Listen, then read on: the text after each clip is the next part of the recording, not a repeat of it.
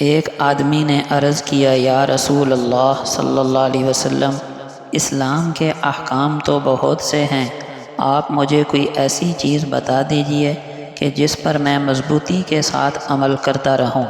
آپ صلی اللہ علیہ وسلم نے فرمایا، ہمیشہ تمہاری زبان اللہ کے ذکر سے تر رہنی چاہیے۔ سنن ترمذی۔ نبی اکرم صلی اللہ علیہ وسلم کا پاک ارشاد ہے، جب بھی اور جہاں بھی بیٹھ کے اللہ کے کچھ بندے اللہ کا ذکر کرتے ہیں تو لازمی طور پر فرشتے ہر طرف سے ان کے گرد جمع ہو جاتے ہیں اور انہیں گھیر لیتے ہیں، اور رحمت الہی ان پر چھا جاتی ہے اور ان کو اپنے سائے میں لے لیتی ہے، اور ان پر سکینہ یعنی سکون و اطمینان کی کیفیت نازل ہوتی ہے، اور اللہ تعالیٰ اپنے مقرب فرشتوں میں ان کا ذکر کرتا ہے۔ صحیح مسلم۔ ام المؤمنین سیدہ جویریہ رضی اللہ تعالی عنہا فرماتی ہیں کہ صبح کی نماز کے وقت یا نماز کے بعد جب وہ اپنی نماز کی جگہ پر تھیں تو حضور اقدس صلی اللہ علیہ وسلم آپ کے پاس سے گزرے۔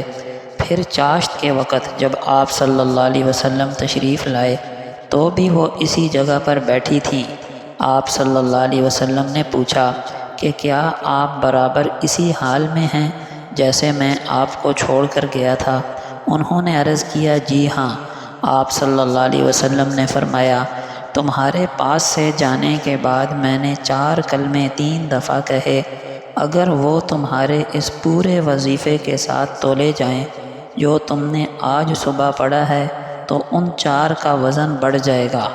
وہ 4 کلمات یہ ہیں، سبحان اللہ وبحمدہ عدد خلقہ ورضا نفسہ وزینۃ عرشہ ومداد کلماتہ۔ ام المؤمنین حضرت صفیہ رضی اللہ عنہا فرماتی ہیں کہ حضور صلی اللہ علیہ وسلم میرے پاس تشریف لائے تو میرے پاس 4000 گٹھلیاں تھیں جن پر میں تسبیح پڑھ رہی تھی۔ آپ نے پوچھا، کیا تم ان پر تسبیحات پڑھ رہی تھیں؟ کیا میں تمہیں ان تسبیحات سے زیادت فضیلت والی بتاؤں جو تم پڑھ رہی تھیں؟ میں نے عرض کیا، ضرور بتائیے۔ آپ نے فرمایا، یوں پڑھو، سبحان اللہ عدد خلقہ